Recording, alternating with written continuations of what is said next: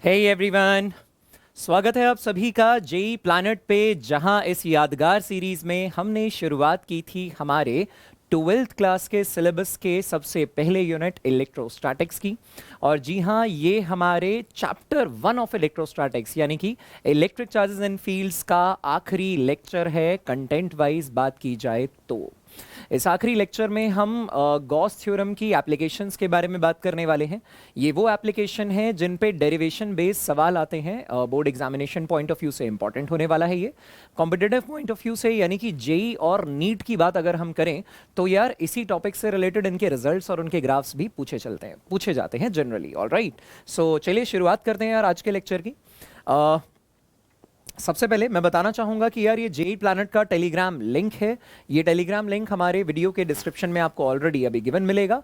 इस लिंक का इस्तेमाल करके आप अभी के अभी टेलीग्राम चैनल पे लैंड कर सकते हैं, उसे ज्वाइन कर सकते हैं, क्योंकि इस लेक्चर के नोट्स, इस चैप्टर से रिलेटेड सभी डीपीपीज, एनसीईआरटी डिस्कशन वगैरह सभी नोट्स जो होंगे वो आपको सारे के सारे जेई प्लैनेट के टेलीग्राम ग्रुप पे ही मिलने वाले हैं।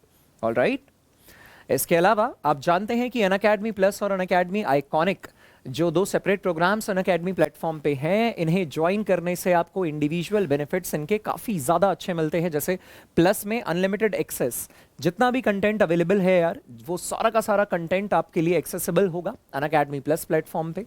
ऑलराइट, उसके लिए आपको सभी बैचेस को ज्वाइन करने की ज़रूरत नहीं है। फॉर एग्जाम्पल, अगर आप जेई एस्पिरेंट है तो आप हमारा एम 2022 आईआईटी जेई एडवांस और जेई मेंस 2022 को एम करता हुआ एम 2022 बैच है, यदि वो आप ज्वाइन करते हैं तो अनअकैडमी प्लेटफॉर्म पर बाकी जो बैचेस रन कर रहे हैं, बाकी जो टीचर्स पढ़ा रहे हैं, बाकी जो भी सिलेबस चल रहा है, आप उसके भी लेक्चर्स एक्सेस कर सकते हैं बिल्कुल ही free of cost. Alright, similarly iconic में अपने अलग बेनिफिट्स के लिए, जैसे पर्सनल गाइडेंस मिलती है आपको, स्टडी प्लानर मिलता है, हमसे 1-to-1 इंटरेक्शन के लिए, हमारी पर्सनल गाइडेंस के लिए आप अनअकैडमी आइकॉनिक प्रोग्राम भी ज्वाइन कर सकते हैं। ठीक है, इसके अलावा बात की जाए तो यार अनअकैडमी प्लस पे आप देख सकते हैं जो 12 महीने का सब्सक्रिप्शन है, उसमें भी फिजिक्स माया कोड का इस्तेमाल करके आपको काफ़ी ज़्यादा बेनिफिट मिल सकते हैं। ऑलराइट, सिमिलरली अगर आप आइकॉनिक प्रेफर करना चाहते हैं, जो कि उससे ऑब्वियसली थोड़े से ज़्यादा बेनिफिट्स रखता है, उसमें भी PHYMAY यानी फिजिक्स माया कोड का इस्तेमाल करके आपको और बेनिफिट्स भी मिल सकते हैं। तो चलिए बात करते हैं पहले यूनिट की इलेक्ट्रोस्टैटिक्स, जिसमें हमने शुरुआत की हुई है हमारे इलेक्ट्रिक चार्जेस एंड फील्ड्स की, इसीलिए मैंने इसे हाईलाइट भी किया है। चैप्टर को कैसे पढ़ना है वो पूरा ब्लूप्रिंट भी हमारे सामने है। आज 14th लेक्चर है यार, 14 लेक्चर्स में मैंने इस पूरे चैप्टर को ब्रेक किया और टॉपिक्स जो हैं वो भी आपके सामने हैं। गॉस थ्योरम एंड एप्लीकेशंस का आज अगला फेज है, जिसमें हम इसके अलग मॉडल के बारे में बात कर रहे हैं। तो देखो, मैंने आपको बताया था गॉस थ्योरम किस लिए इस्तेमाल होती है यार। किसी भी क्लोज सरफेस से नेट इलेक्ट्रिक फ्लक्स निकालने के लिए गॉस थ्योरम का इस्तेमाल किया जाता है। और सीखने वाली बात यह है कि जो नेट इलेक्ट्रिक फ्लक्स होता है वो केवल और केवल इनक्लोज चार्ज पर निर्भर करता है। तो आप बोलेंगे Q enclose by epsilon not, epsilon not पर भी निर्भर करता है। इसका मतलब हमें ये कहना चाहिए कि चार्ज और सरफेस के बीच में जो मीडियम है वो इनक्लोज मीडियम भी मैटर करता है। तो अगर कोई और मीडियम होगा तो एप्सिलॉन नॉट की जगह एप्सिलॉन नॉट एप्सिलॉन आर आ जाएगा, यानी उस मीडियम का डाइलेक्ट्रिक कांस्टेंट भी कंसिडर कर लेंगे। ऑलराइट, सो ये इलेक्ट्रिक फ्लक्स जो है, क्योंकि ये क्लोज्ड सरफेस के थ्रू ही है, गॉस थ्योरम हमेशा क्लोज सरफेस के लिए लगाई जाती है, और जिस क्लोज सरफेस के लिए लगाई जाती है यार उसे गॉसियन सरफेस कहा जाता है। अपार्ट फ्रॉम दैट, अगर आप इंटीग्रेशन फॉर्म में बात करें तो फ्लक्स वैसे तो E.ds होता है, लेकिन अगर आप क्लोज सरफेस के लिए बात करेंगे बेटा तो वो क्लोज इंटीग्रेशन ऑफ E.ds होगा। Alright, and that will be equal to q enclose by epsilon naught. इसके अलावा आप कह सकते हैं कि पिछली मुलाकात में हमने इनक्लोज चार्ज की वजह से नेट फ्लक्स निकाला था, तो नेट फ्लक्स की डिपेंडेंसी इनक्लोज चार्ज पे थी। ये गॉस थ्योरम पर पूछे जाने वाला मॉडल 1 है। सिमिलरली मॉडल 2 जो है वो इलेक्ट्रिक फील्ड निकालने का है, model 2 due to enclose charge. इस पे बेस्ड आज का लेक्चर होगा। और बेटा मॉडल 3 के बारे में जिसमें मैंने हाईलाइट किया है कि एनसीईआरटी एग्जांपल्स हैं और प्रीवियस ईयर क्वेश्चंस नीट और जेई के पूछे जाते हैं, ये वाला जो मॉडल है ये हमारे एनसीईआरटी डिस्कशन में हम कंसिडर करेंगे। और आप लोगों के लिए जो एनसीईआरटी डिस्कशन मैंने लगाया है चैप्टर 1 का, वो अनअकैडमी प्लस पे अनअकैडमी स्पेशल पर लगाया है, और अनअकैडमी स्पेशल पर 1 मई को लगाया है। ऑलराइट, तो उसकी टाइमिंग्स और पूरे महीने मई का जो पूरा मंथ है वो मैंने 12th के एनसीईआरटी डिस्कशंस को डेडिकेट किया है। और उसके लिए प्रॉपर शेड्यूल का जो लिंक है वो भी आपको इस वीडियो की डिस्क्रिप्शन में मिल जाएगा, आप उसे एक्सेस कर सकते हैं। ठीक है बच्चा, चलिए शुरू करते हैं यार आज का डिस्कशन। तो हम बात करने वाले हैं मॉडल 2 की, यानी हम फील्ड निकालने वाले हैं इनक्लोज चार्ज पर बेस्ड। तो देखते हैं ज़रा एप्लीकेशन 1। हमारा जो एप्लीकेशन 1 है that is also considered to be the deduction of Coulomb's law by Gauss theorem. This is Coulomb's law by Gauss theorem. Gauss theorem का इस्तेमाल करके कूलम्स लॉ तक जाना। और आप ये भी कह सकते हो कि एप्लीकेशन में एग्जैक्टली क्या है। एप्लीकेशन में है इलेक्ट्रिक फील्ड इंटेंसिटी आपको किसी भी पी पॉइंट पे निकालनी है due to a point charge, due to a point charge, एक पॉइंट चार्ज के कारण। तो देखो कॉन्फ़िगरेशन समझो क्या है। आपके पास एक Q naught charge, source charge given है, Q naught charge, source charge given है, और मैं मान के चल रहा हूं अभी के लिए पॉजिटिव है, assumed to be positive, assumed to be positive, ये पॉजिटिव है। ऑल राइट, और हम क्या करेंगे, हम कहेंगे इससे डी दूरी अपार्ट, इससे डी दूरी अपार्ट यहां कहीं पॉइंट P है हमारा, जहां पे आप इलेक्ट्रिक फील्ड इंटेंसिटी निकालना चाहते हैं। Let's take this distance to be r। यहाँ पे आप इलेक्ट्रिक फील्ड इंटेंसिटी निकालना चाहते हैं।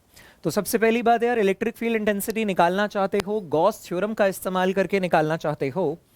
कूलम्स लॉ का जो रिजल्ट आता है, कूलम्स लॉ से इलेक्ट्रिक फील्ड इंटेंसिटी का जो रिजल्ट आता है, ठीक वैसा ही रिजल्ट अगर गॉस थ्योरम का इस्तेमाल करके भी मिल जाएगा तो आप सिंपली कह सकते हैं कि देखिए गॉस थ्योरम का इस्तेमाल करके आपने कूलम्स लॉ को प्रूव कर दिया है ना।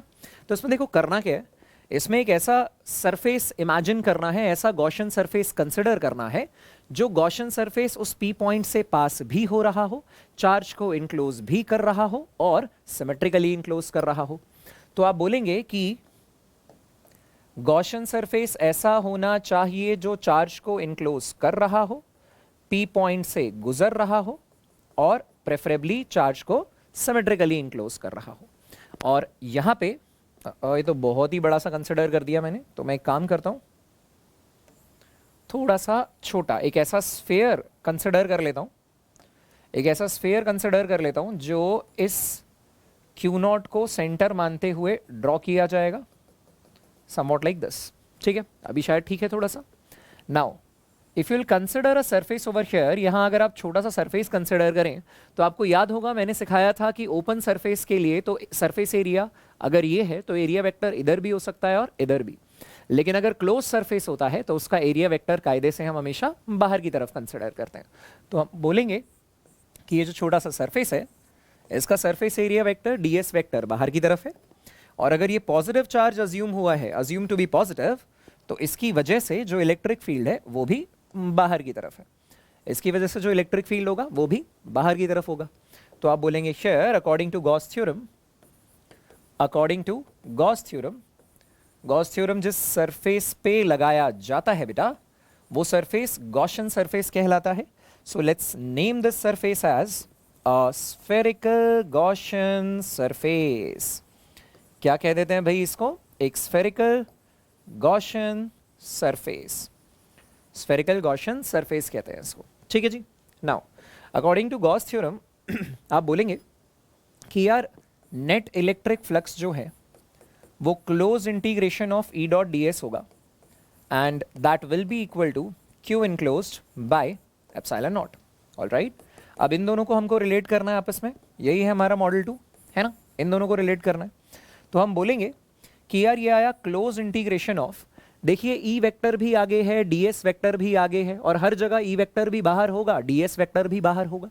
तो यदि ऐसा है तो इस स्फेरिकल गॉसियन सरफेस के हर एक पॉइंट पे जो ई डॉट ds आप लोगे उनके बीच का एंगल क्या निकल कर आ जाएगा यार, cos 0 आएगा। So it is E ds cos 0 degrees that will be equal to enclose charge कितना है बेटा, plus q naught by epsilon naught. Enclose charge कितना हो जाएगा, plus q naught by epsilon naught. आप इसको बोलेंगे कि ये सिमेट्रिकल एनक्लोजर के कारण, क्योंकि इस पूरे सरफेस पे कोई भी पॉइंट कंसिडर करोगे तो वो इस चार्ज से बराबर बराबर बराबर बराबर बराबर बराबर बराबर की दूरी पर रहेगा। इस पूरे सरफेस पे कोई भी चार्ज कंसिडर करोगे तो क्योंकि वो बराबर की दूरी पे रहेगा, तो आप बोलेंगे कि बराबर की दूरी पे इलेक्ट्रिक फील्ड स्ट्रेंथ भी इंटीग्रेशन से बाहर आ गई। अंदर बचा integration of ds cos 0 degrees की वैल्यू हो जाएगी बेटा +1 and that is equal two plus q naught by epsilon not, plus q naught by epsilon naught. इसका मतलब ये आया E ds का इंटीग्रेशन क्या आ जाएगा बेटा 4 पाई आर स्क्वायर। छोटे छोटे छोटे छोटे छोटे छोटे एरिया को अगर जोड़ देंगे तो जोड़ने के बाद टोटल एरिया क्या आ जाएगा 4 पाई आर स्क्वायर। स्फेयर है, surface area is 4 pi R square and that is Q naught by epsilon naught. इसका मतलब इलेक्ट्रिक फील्ड क्या निकल कर आ गया Q naught by 4 pi epsilon naught R square, यानी this can be written as K Q naught by R square, K Q naught by R square. I think that's clear for you. बात समझ में आ गई? कैसे सोचेंगे इसको? तो ये रहा हमारा रिजल्ट, ये रहा हमारा रिजल्ट। तो देखिए हमने क्या किया, जो रिजल्ट गॉस थ्योरम से निकाला गया है वही रिजल्ट कूलम्स लॉ वाला भी है। तो देखिए गॉस थ्योरम का इस्तेमाल करके कहीं ना कहीं हमने कूलम्स लॉ तक भी अपना रास्ता बना लिया है, कूलम्स लॉ तक भी अपना रास्ता बना लिया है। पर आपके मन में एक छोटा सा सवाल आ सकता है कि सर ये जो कूलम्स लॉ हमने गॉस थ्योरम का इस्तेमाल करके प्रूव किया है, क्या ये सिर्फ पॉजिटिव चार्जेस के लिए है? क्या ये सिर्फ पॉजिटिव चार्जेस के लिए है? बिल्कुल नहीं, ये नेगेटिव चार्जेस के लिए भी है। कैसे कैसे जरा देखो। अब आप क्या करेंगे, मैंने कर ली इसकी कार्बन कॉपी और यहीं पे मैं क्या कर रहा हूं, चार्ज को ना नेगेटिव कर दे रहा हूं। Let's assume the charge to be negative. तो मैंने क्या किया, इस चार्ज को नेगेटिव कर दिया।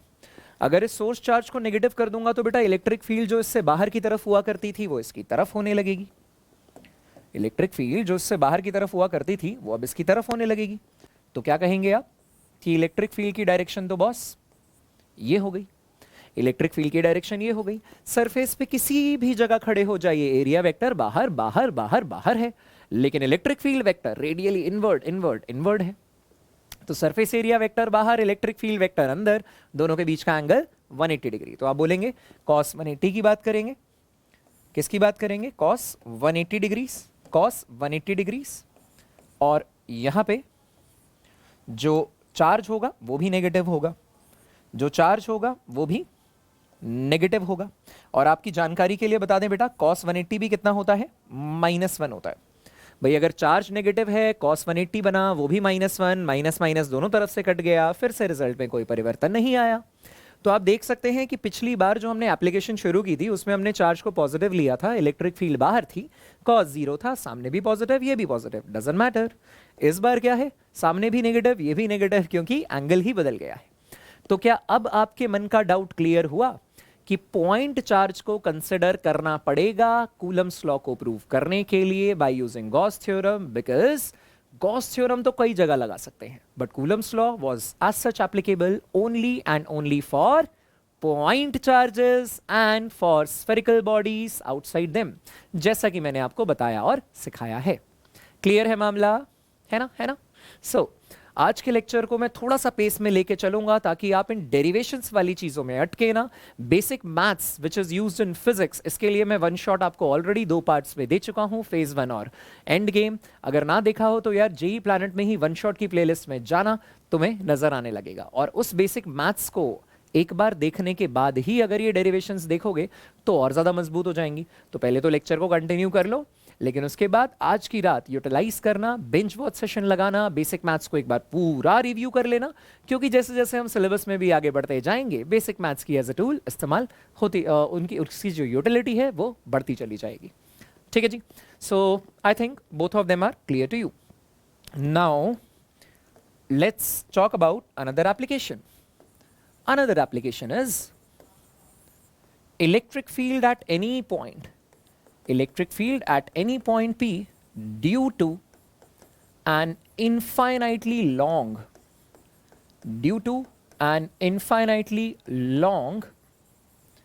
uniformly charged wire. Uniformly charged wire.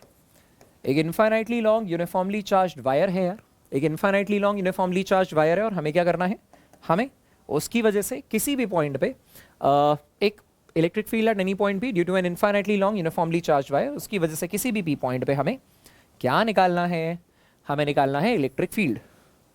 So that's the wire.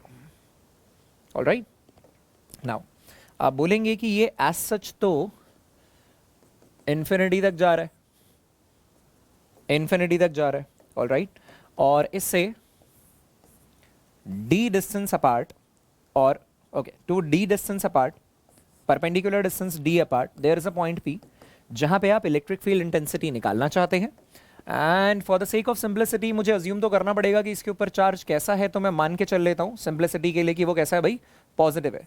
तो इसकी लीनियर चार्ज डेंसिटी जो है बेटा वो लैम्बडा है, लीनियर चार्ज डेंसिटी लैम्बडा। ये आपने 11th क्लास के ट्रैक में ग्रेविटेशन में सीखी होगी, system of particles rotational motion में सीखी होगी, और क्या पता चेन प्रॉब्लम से डील करते टाइम वर्क एनर्जी पावर में भी सुनी और सीखी हो।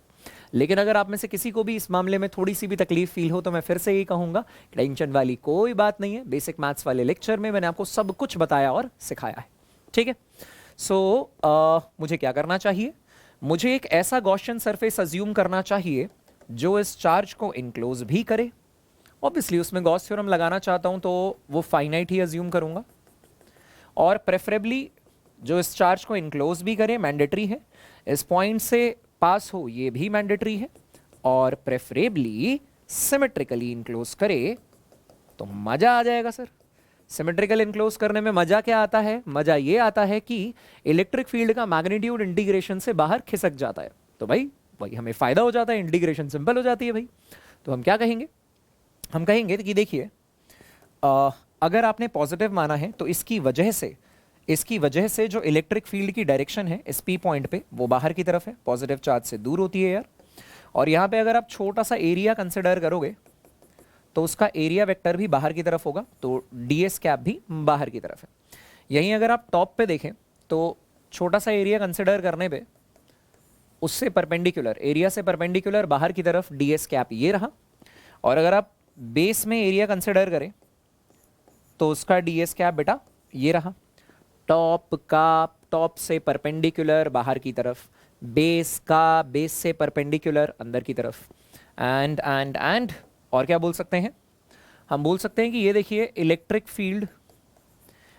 फील्ड की डायरेक्शन ये है, और ये देखिए इलेक्ट्रिक फील्ड की डायरेक्शन ये है, पॉजिटिव चार्ज से दूर की तरफ। All right, apart from that और क्या कह सकते हैं हम कि भाई इनके बीच का एंगल यहाँ 90 डिग्री है, तो जब एरिया वेक्टर और इलेक्ट्रिक फील्ड वेक्टर के बीच का एंगल 90 डिग्री होगा तो हम बोलेंगे integration of E dot D S zero होगा। भाई दो परपेंडिकुलर वेक्टर्स का डॉट प्रोडक्ट जीरो है, एक आगे और एक ऊपर। वैसे भी देखिए ना कि सारी की सारी इलेक्ट्रिक फील्ड लाइंस यहाँ टॉप के पैरेलल जा रही है, जबकि हमें फ्लक्स काउंट करने के लिए सरफेस से परपेंडिकुलर वाली काउंट करनी पड़ती है। बात समझ में आई? कुल मिला के टॉप के थ्रू फ्लक्स जीरो, कुल मिला के बेस के थ्रू फ्लक्स जीरो, जो भी फ्लक्स आएगा वो केवल और केवल कर्व्ड सरफेस के थ्रू आएगा। तो आप बोलेंगे कि ये इवेंचुअली क्या है बेटा, ये इवेंचुअली हमारा सिलिंड्रिकल गॉसियन सरफेस है, सिलिंड्रिकल गॉसियन सरफेस। क्लियर है बच्चा मामला? तो देखिए हम क्या कह सकते हैं, हम कह सकते हैं शेयर नेट इलेक्ट्रिक फ्लक्स जो होगा दैट विल बी क्लोज्ड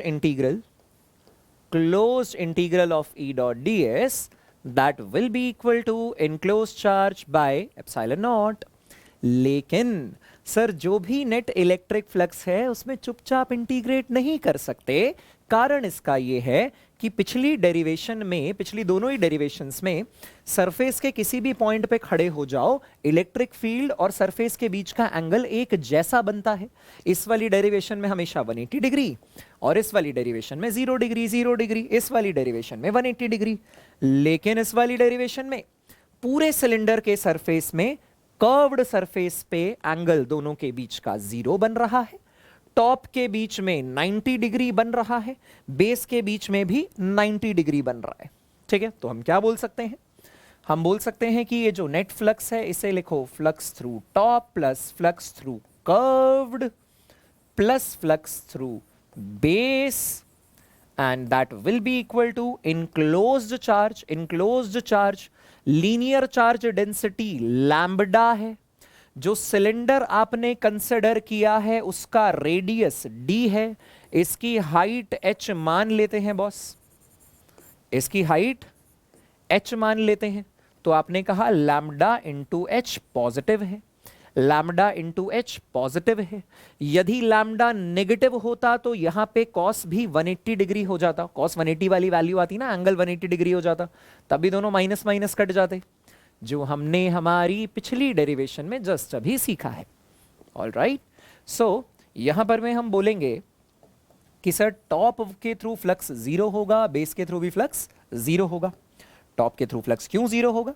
क्योंकि इलेक्ट्रिक फील्ड वेक्टर और एरिया वेक्टर की डायरेक्शन एक दूसरे से परपेंडिकुलर है। ये कैप वाला वेक्टर मतलब डायरेक्शन वाला वेक्टर, और दोनों के बीच का एंगल अगर 90 डिग्री है तो दो परपेंडिकुलर वेक्टर्स का डॉट प्रोडक्ट बेटा जीरो होता है, दो परपेंडिकुलर वेक्टर्स का डॉट प्रोडक्ट जीरो होता है। ठीक है, क्लियर है मामला? ऑलराइट, और क्या बोल सकते हैं यार? फ्लक्स थ्रू कर्व्ड क्या होगा? हम बोलेंगे क्लोज इंटीग्रेशन ऑफ, ओके, जब हमारे पास टॉप और बेस बचा ही नहीं है, केवल और केवल कर्व्ड सरफेस बचा है, केवल और केवल कर्व्ड सरफेस बचा है, तो इंटीग्रेशन भी कर्व्ड का होना चाहिए, इंटीग्रेशन भी कर्व्ड का होना चाहिए, तो क्लोज नहीं लिखना चाहिए बेटा, close integration of E dot D S यानी E D S cos 0 degrees, क्योंकि कर्व्ड सरफेस में तो दोनों वेक्टर्स के बीच का एंगल 0 डिग्रीज ही है। So that will be equal to lambda into h. तो एक काम करते हैं बेटा, सिमेट्रिकल इंक्लोजर के कारण ई बाहर आ गया, integration of D S cos 0 की value +1, that will be lambda into H. ठीक है, अब छोटे छोटे छोटे छोटे सरफेस एरियाज को जोड़ेंगे तो टोटल कर्व्ड सरफेस एरिया आएगा, क्योंकि आप कर्व्ड पोर्शन के बारे में बात कर रहे हो बेटा, तो this will be 2 pi d h and that will be lambda into h. H से एच हो गया कैंसिल आउट, और आपके पास बचा इलेक्ट्रिक फील्ड का magnitude as lambda by 2 pi d, lambda by 2 pi d. Epsilon naught भी आएगा बेटा, एप्सिलॉन नॉट भी यहाँ पे भी आएगा, यहाँ पे भी आएगा, यहाँ पे भी आएगा और यहाँ पे भी आएगा। और देखिए ये आ गया 2 पाई epsilon not D, it is 2 pi epsilon not D. 2 से मल्टीप्लाई और डिवाइड कर देंगे तो 2 से जो मल्टीप्लाई किया वो ये रहा, जिससे डिवाइड करेंगे यानी कि 1/4 पाई एप्सिलॉन नॉट के हो जाएगा, and it is lambda by d. नीचे 2 से मल्टीप्लाई और डिवाइड किया बेटा तो 2 इंटू 1/4 पाई एप्सिलॉन नॉट, और 1/4 पाई एप्सिलॉन नॉट को के लिख दिया, लैम्बडा बाय डी वैसे का वैसे, लैम्बडा बाय डी हमारे पास ठीक वैसे का वैसे निकल कर आ गया। Alright, and that's the formula, that's the formula. Clear है मामला? सो इस फॉर्मूले से हम ध्यान रख सकते हैं हमारी इलेक्ट्रिक फील्ड का magnitude due to an infinitely charge and infinitely long uniformly charged wire. बात समझ में आ गई? चलिए बढ़ा सकते हैं डिस्कशन को अगली एप्लीकेशन की तरफ, and our next application is electric field at any point, electric field at any point due to an infinitely long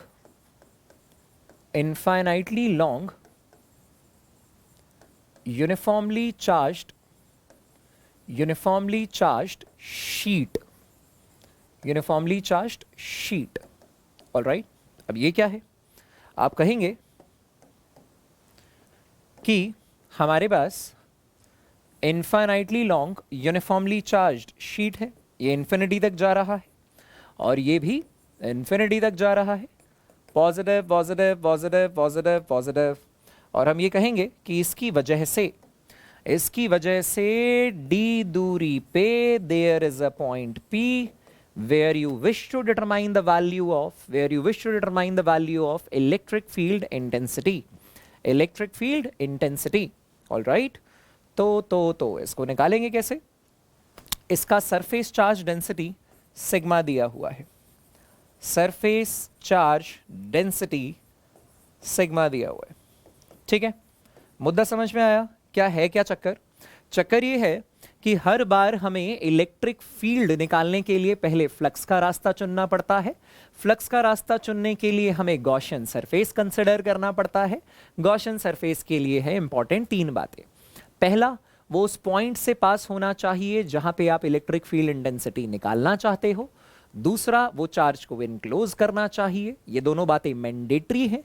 और तीसरा, प्रेफरेबल बात यह है कि वो चार्ज को अगर सिमेट्रिकली इनक्लोज करे तो मजा आ जाए। सिमेट्रिकल इनक्लोजर प्रेफरेबल है, मैंडेटरी नहीं। मैंडेटरी क्या है? पॉइंट से पास होना चाहिए जहां फील्ड निकालना चाहते हैं, चार्ज को इनक्लोज करना चाहिए। और प्रेफरेबल क्या है? प्रेफरेबली उस पॉइंट से पास हो, उस पॉइंट से पास हो जहां इलेक्ट्रिक फील्ड प्रेफरेबल क्या है? सिमेट्रिकली इनक्लोज हो। सिमेट्रिकल इनक्लोजर से क्या होगा? सिमेट्रिकल इनक्लोजर से ये होगा कि आप इलेक्ट्रिक फील्ड इंटेंसिटी के मैग्नीट्यूड को इंटीग्रेशन से बाहर खिसका सकते हो। मजा आ जाएगा, है ना? सो इस बात को ध्यान में रखेंगे और मुझे लगता है यार तुम लोगों को एक बार खुद से ट्राई भी करना चाहिए। ट्राई योरसेल्फ, मजा आएगा यार। ठीक है, ट्राई करो खुद से एक बार, मजा आएगा तुमको कि कैसे सोचना है, गॉसियन सरफेस कैसा लेना चाहिए।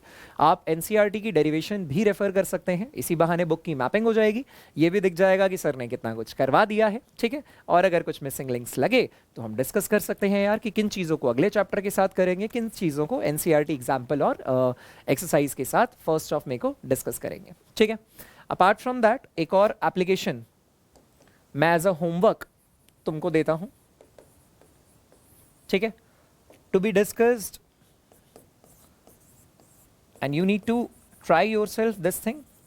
ये भी खुद से ट्राई कीजिएगा बेटा। To be discussed in upcoming lecture.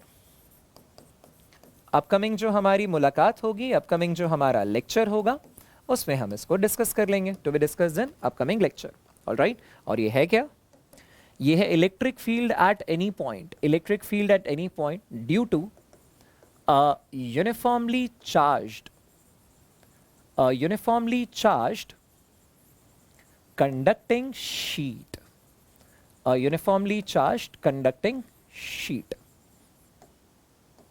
All right, इसमें 2 केसेस हैं बेटा, केस 1 एंड केस 2। बहुत अच्छा है, ये भी इंटरेस्टिंग है, ये भी मैं करवाऊंगा आपको।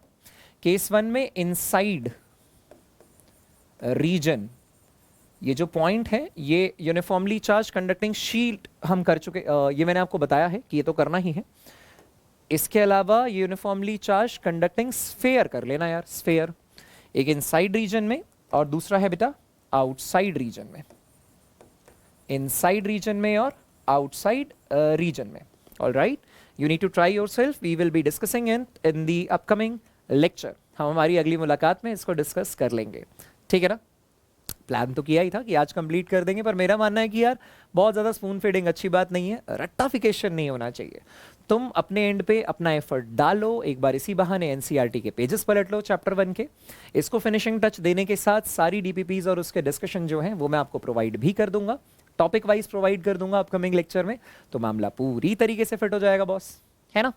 चलो, तो अभी के लिए लेक्चर में इतना ही। जैसा कि आप जानते हैं कि 14 अप्रैल को हमारा बैच लॉन्च हो चुका है अनअकैडमी प्लस पे। तो अगर आप चाहें ऑलराइट, तो अगर आप चाहें तो आप उसे ज्वाइन कर सकते हैं, है ना? ये इनफैक्ट बता चुका हूं मैं आपको कौन से बैच के बारे में। मैंने आपको बताया एम 2022 के बारे में। इसके अलावा अनअकैडमी प्लस पे बहुत सारे बेनिफिट्स हैं, जिसमें से मुझे सबसे अच्छा बेनिफिट उसका अनलिमिटेड एक्सेस का लगता है कि आप एक बार आइए, आपने कोई एक बैच भी अगर लिया है तो एग्जिस्टिंग जितने भी बैचेस हैं, जो और भी बैचेस और भी टीचर्स पढ़ा रहे हैं, लगभग देश के सभी बड़े टीचर्स अनअकैडमी प्लेटफॉर्म पे हैं, तो आप उनसे लेक्चर्स ले सकते हैं। मैं तो आपके साथ पल पल हूँ ही, मैं तो आपको बताता और सिखाता रहूँगा, लेकिन उसके अलावा भी आप बहुत सारे अच्छे टीचर्स के साथ पढ़ाई भी कर सकते हो, और कहीं भी किसी पर पर्सनल गाइडेंस की ज़रूरत पड़ती है तो वो भी ले सकते हो। ऑलराइट, और आइकॉनिक के भी अपने इंडिविजुअल बेनिफिट्स हैं। इन बेनिफिट्स के कारण अगर आप चाहें तो आप इन बैचेस को ले सकते हो यार। ठीक है, आस्क अ डाउट फीचर यार तुम लोगों को जरूर ट्राई करना चाहिए। अब हम इस स्टेज पे आ चुके हैं कि पढ़ाई हमारी जोरों शोरों से चल रही है, लेकिन उस पढ़ाई के साथ साथ डेफिनेटली डाउट्स भी आते होंगे। उनकी इंस्टेंट क्लैरिफिकेशन घर बैठे लीजिए by using ask a doubt feature. Alright, जो बैचेस हैं यार अप्रैल के मंथ में, वो सारे के सारे बैचेस जितने भी लॉन्च हुए हैं अलग अलग एग्जाम्स को टारगेट करते हुए, और अलग अलग बैचेस जो हैं वो सारे के सारे बैचेस आपके सामने लिस्ट किए हैं मैंने। जिसमें से एम 2022 का जिक्र मैं आप लोगों के साथ कर रहा था। ऑलराइट, एंड अनअकैडमी प्रोडिजी के बारे में अगर हम बात करें तो पहले जैसे यूसैट होता था, अब अनअकैडमी प्रोडिजी और भी बहुत अच्छे बेनिफिट्स लेकर आया है, बहुत ह्यूज स्कॉलरशिप्स लेकर आया है। तो अगर आप अनअकैडमी प्लस या आइकॉनिक ज्वाइन करना चाहते हैं, उसमें भी आपको स्कॉलरशिप मिलती है। अपार्ट फ्रॉम दैट, आपके मतलब की बात, ह्यूज स्कॉलरशिप्स, आईपैड, आईफोन, ये सारी चीज़ें भी मिलती है। और आपको कोलकाता नाइट राइडर्स के जो प्लेयर्स हैं उनसे मिलने का भी आपको मौका मिलेगा। ऑलराइट, और इनवाइटी कोड ये बिल्कुल फ्री है यार। अनअकैडमी प्लेटफॉर्म पे जितने भी टेस्ट और क्विजेस हम आपके लिए लेकर आते हैं वो बिल्कुल ही फ्री ऑफ कॉस्ट होते हैं। बस आपसे इनवाइटी कोड अगर पूछेगा तो आप फिजिक्स माया का यूज कर सकते हैं, जिससे आप फ्री ऑफ कॉस्ट वो दे सकते हैं। इसकी खास बात क्या है यार, अनअकैडमी प्रोडिजी में जैसे पिछली बार जिसकी ऑल इंडिया रैंक 2 आई थी, उसी बच्चे ने नीट 2020 में ऑल इंडिया रैंक 1 अचीव की है। तो वो सारे जो आप अचीवमेंट्स हैं वो देख सकते हैं। तो इसीलिए इन टेस्ट के द्वारा अपना रेगुलर असेसमेंट लेते रहना बहुत ज़्यादा ज़रूरी होता है यार, ठीक है ना। बहुत सारी स्कॉलरशिप्स हैं, मैं बता ही चुका हूं आपको। और जो यार डिटेल में मैंने एक डिटेल अटैच की है, इससे क्या होगा, जिस भी बैच में आपके घर में आपके कोई छोटे भाई बहन भी हैं, आपके जूनियर्स हैं, आपके फ्रेंड्स हैं, आप उन्हें भी सजेस्ट कर सकते हो। अलग अलग डेट्स पे अलग अलग एग्जाम के लिए आप देख सकते हैं कि 24 और 25 अप्रैल में अलग अलग टाइम पे ये अनअकैडमी प्रोडिजी के डिफरेंट टेस्ट के स्लैब्स हैं जिनको आप इजीली अवेल कर सकते हैं, ठीक है।